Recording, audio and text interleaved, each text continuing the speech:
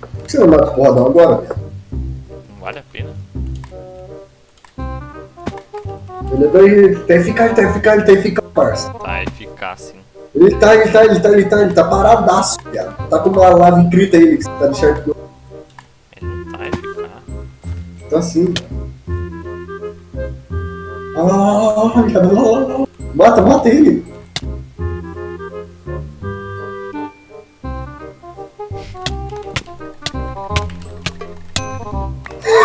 Nossa.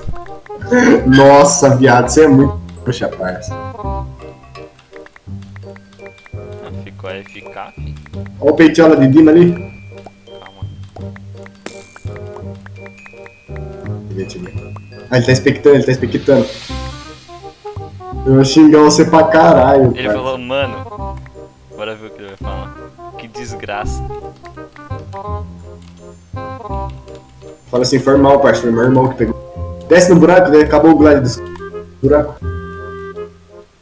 Fui conferir a porra do meu ovo cozido. Fala que os caras te matou, parça.